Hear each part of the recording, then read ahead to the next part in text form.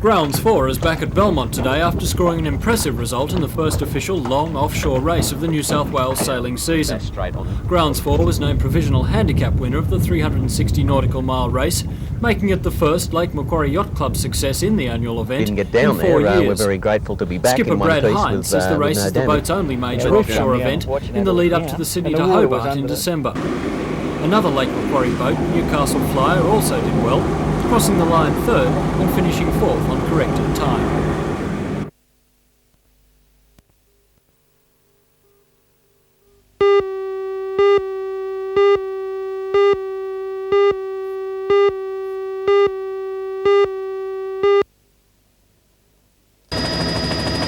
Many of us have just enjoyed a long weekend at our favourite holiday spot. Tea Gardens, Hawk's Nest, Foster, Tuncurry are all nearby and popular resorts. But according to the National Party of New South Wales, the growth is being stunted by penalty rates. The National Party says that abolishing penalty rates in the tourist industry would double the jobs available in holiday areas. Mr Gary West, Shadow Minister for Sport, Recreation and Tourism, says tourist facilities must be available 7 days a week. What's your alternative? Well, the alternative that we're offering is not to eliminate penalty rates in total, but say that everybody should work their minimum hours per week that is under their award, whether it be 38 or 40 hours, whatever their award is. After that, if you want to work extra hours, then you obviously get your penalty rates. Now that's going to be fair to everybody. In tourism, on an international basis, they accept that they have to work weekends. And we're an international market now. We're trying to promote ourselves as an international tourist country. We've got to be able to compete, and that's what it's all about, it's competition.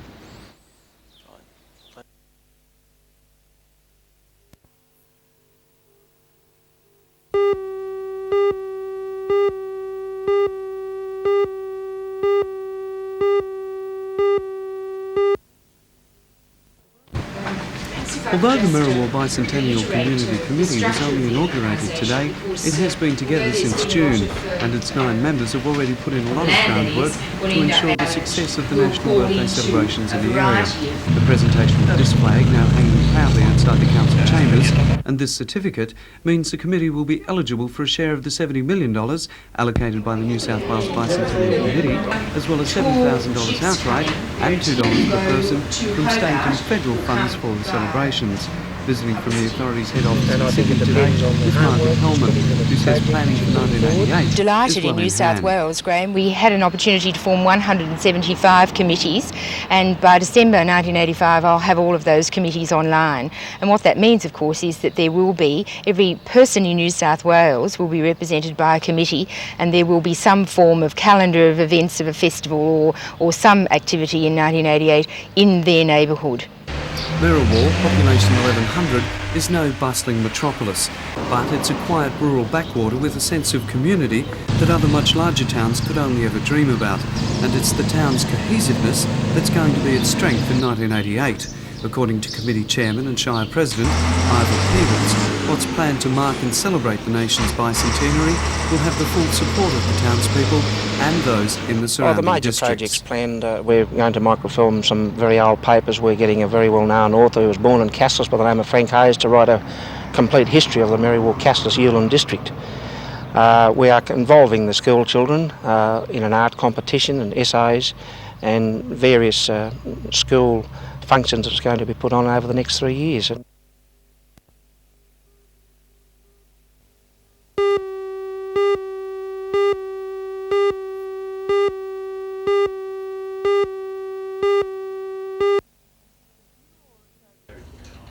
The furore is over this one-time holiday cottage in Mitchell Street, Nora Head, which is owned by Councillor Fred Keep and his mate Harry Lambert. They started to build the weekender 22 years ago, and the two couples have lived there permanently since 1978. After an impromptu though routine inspection, the council alleges that Councillor Keep divided the house into flats without council's consent, but he firmly denies the accusation. It's got interchange on the top floor, the first floor and the ground floor. There's a doorway between the two halves of the building. The sink that I promised kitchen sink I promised to pull out has been pulled out, as these photographs will show, and there's only one kitchen sink in the building. Since then, Councillor Keep has pulled down walls, removed a sink and installed a glass door so that the dwelling would comply with the regulations. Still, the council remains committed to putting the matter in the hands of its solicitors. Shire President Tony Sheridan. In the case of a rate payment, obviously many of those have to go to court. My concern is that right now it's alleged that there's victimisation, that the staff perhaps could be accused of taking one side or the other, and the fairest way to handle it is to take it out of the hands of the council laws and of the staff and let it be dealt with as a matter between two solicitors, Mr Keep's solicitor and council solicitor, to be fair about it.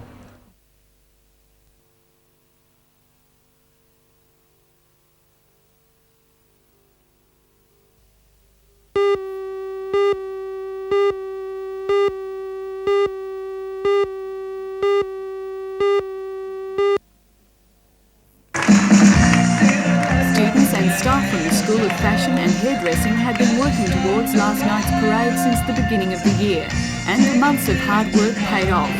58 fashion students and 9 hairdressing students from the college's pre-apprentice course displayed their talents on the catwalk.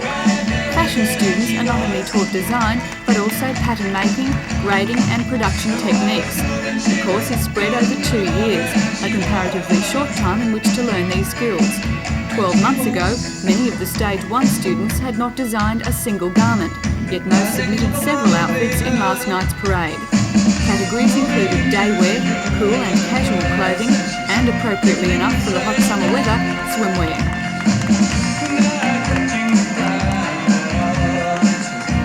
Students also designed and made a range of lingerie. Hairdressing students displayed their skills by creating hairstyles for prospective brides.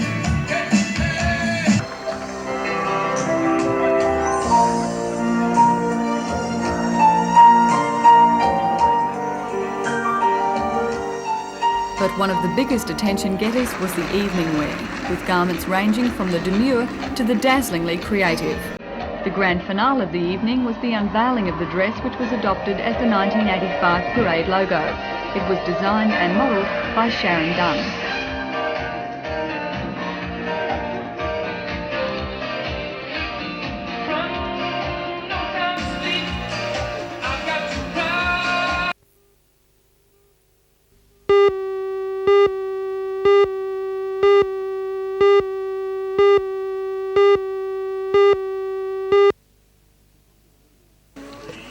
The popularity and quality of the Hunter's Holstein Friesians, the big black and white mobile milk factories, was more than evident at the Singleton show, and it's fully expected that many more of similar, if not better calibre, will be on show at the Denman Racecourse this coming Saturday.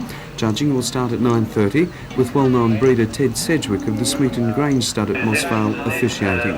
There will be 23 classes contested, and a lot of running around by the organising committee has ensured around $3,500 in prizes and cash, and that should guarantee a top-class exhibition.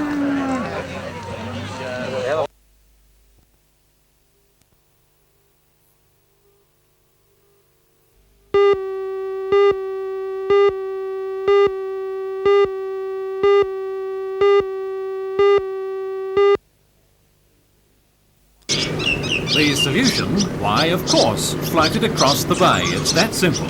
Sue's house was too long for a crane to reach over and the driveway too narrow. And of course, a helicopter far too expensive. So Sue issued the instructions to husband Gary, get out the family's 6-metre half-cabin runabout and tow the shell from Buntabar Park half a kilometre away. A quick lift onto the second terrace by a track-wheel digger, under neighbours' supervision of course, and bombs you under. In 3 weeks' time, UFI Pools at Belmont should have the whole kit and caboodle ready for the Hardings and, of course, their many new friends. But just one thing, Mrs. Harding. Please move that Hills hoist.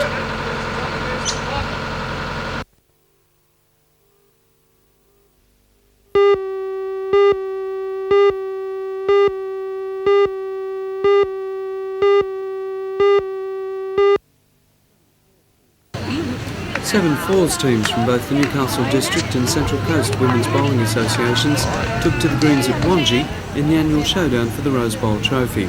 For the 56 women, the inter-association competition is a combination of business and pleasure, and they seem to go about both with equal enthusiasm. Since the inception of the competition in 1978, the Newcastle district has had the upper hand, winning 4 to the Central Coast 2. Throughout the 25 ends, match play was tight and the bowling extremely skillful, the lead fluctuating between the teams many times. After the final ends, however, Newcastle district emerged victorious by an aggregate score of 168 to 144. And while that means the Rose Bowl trophy is again theirs, you can be assured that the Central Coast Association will be pulling out all stops to regain it next year when it's paid for on their own more familiar territory.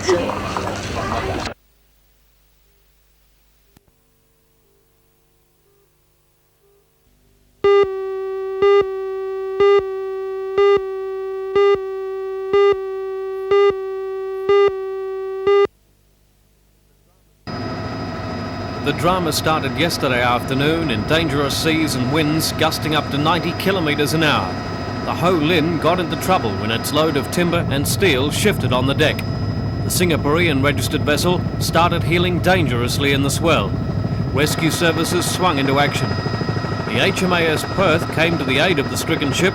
Fortunately, she'd been taking part in Coral Sea exercises nearby. The Westpac rescue helicopter, the RAF helicopter, Polair and the NBN helicopter kept constant surveillance. A line was thrown between the Ho Lin and the Navy frigate. A life raft was floated along the line to the sailors in trouble. The captain had asked to abandon ship. The Navy launched a second dinghy with 2 wetsuit-clad officers aboard. The sailors were then transferred to the covered life raft. A short time later, they scampered aboard police-launched Doyle, which took them back into the safety of the harbour. There they were made warm and given any medical attention necessary. The crew stayed the night in the Travelodge Motel. Before leaving for Sydney this morning, Captain Lee expressed his thanks to his rescuers. Fine. We have a good rest and all the crew have a decent clothing, and then we are on our way to Sydney and most probably on our way home soon. And I'd like to express my thanks, sincere thanks to this warship Perth. It really came at the right timing and did a marvelous job. And thank you very much for them to help us to save our life. And also I'd like to thank the police here in Newcastle, the Marine Police. They also give us a great help. And thank God in the end, the last person I have to thank God. He arranged everything. A miracle came out for us. Once the crew of 24 and the captain were all safe and accounted for back in Newcastle Harbour, it was decided what to do with the ailing ship. HMAS Perth took it under tow, making just 2 knots or 4 kilometres an hour up the coast. It was pretty slow going, and it was an ill-fated attempt to salvage the boat. Early this morning, just off Terrigal, the Ho Lin went down. At first light this morning, the Sydney tugboat Wonga took over the towing operation. The Ho Lin was 40 kilometres off the central coast near Terrigal. These pictures were shot by a Navy crewman on board HMAS Perth. The Navy crew on board the Ho Lin was ordered off after making an inspection of the hull. Minutes later, down she went in about 150 metres of water.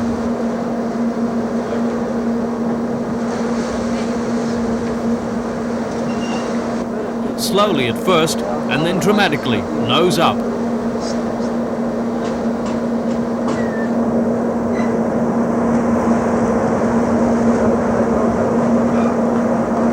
Here she goes.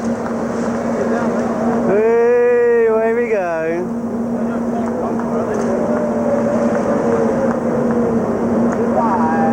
Not like the fox. There she goes.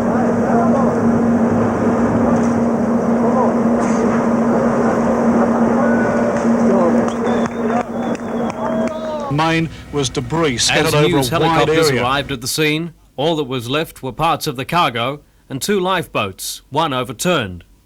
According to the Navy, the Ho Lin is unsalvageable. Commander Sloper of HMAS Perth says lives would definitely have been lost if his ship had not been so close. Here we go.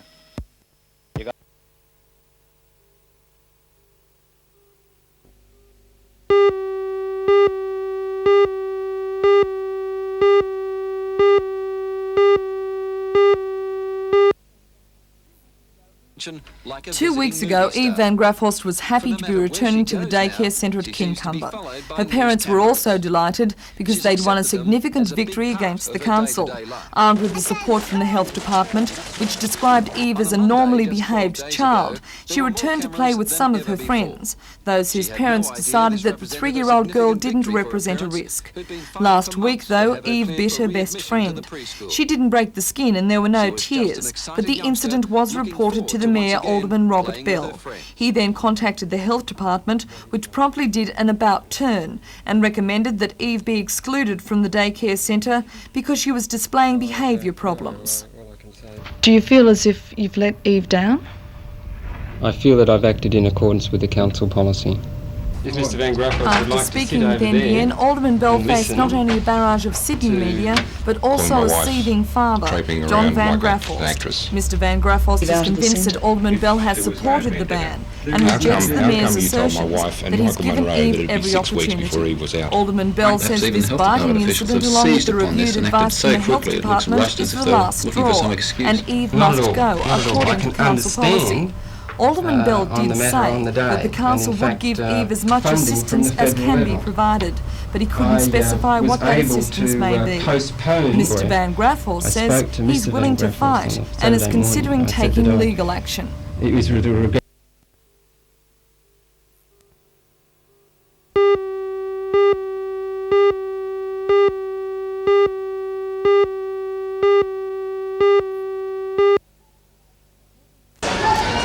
More than 20 schools throughout the Hunter region have gathered together their works for the 6th annual Combined Textiles exhibition at the Garden City Shopping Centre.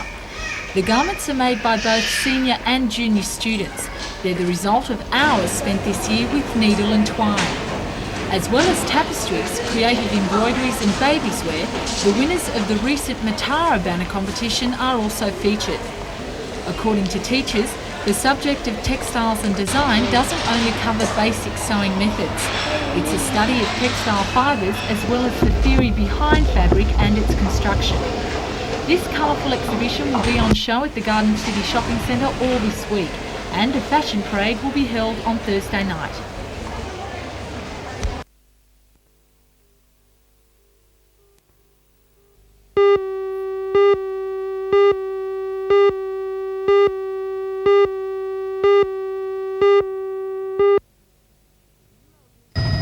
The Bureau of Meteorology has predicted more rain sometime this week.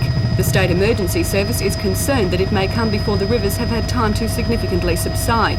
With most lower Hunter rivers already swollen and basins and swamps full, heavy rain too soon could cause rapid flooding. Meanwhile, Water Police have issued a warning to small craft in and around Newcastle Harbour to beware of hazards. Debris such as logs and whole trees have been swept down by floodwaters. Water Police warn small craft operators to navigate with extreme caution and to travel at speeds that will allow craft to take any necessary evasive action. Meanwhile, flotsam of a larger kind is floating off the New South Wales coast. When the Singaporean cargo ship, the Ho Lin, got into trouble in high seas off Newcastle on Sunday, part of its load was lost overboard. Monday morning, when the ship sank off Terrigal, the rest of the 681 tonnes of sawn Moranti ended up in the seas.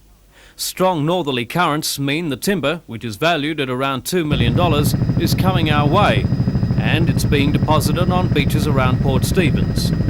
For fishermen, it means avoiding the floating obstacles, and real problems will occur for trawlers' nets if the timber becomes waterlogged and starts to sink. Meanwhile, the fate of the Ho Lin won't be known until underwriters and owners examine all their possibilities. It's considered unlikely that the 20-year-old ship will be salvaged. Although it's conservatively valued at around $1.3 million, it's now in very deep water.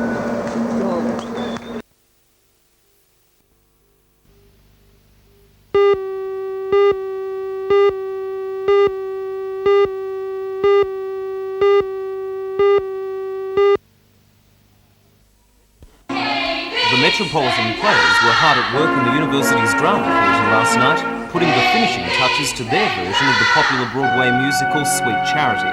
As well as Hey Big Spender, other hits from the show include The Rhythm of Life and If My Friends Could See Me Now. Sweet Charity also boasts a funny and fast-moving script from Neil Simon. The title character, played by Amanda Helms, is the host of the Fandango Ballroom, a dance hall that doubles, for some girls at least, as a brothel. While the dancers want money for their services, Sweet Charity asks only for love. Her search for love takes her to many men and many disappointments until she meets Oscar, played by Malcolm Young. The musical has a cast of 30 who have worked hard to create the atmosphere of a sleazy dance hall. Sweet Charity opens at the Drama Theatre next Wednesday night, the 23rd, and continues until November the 9th.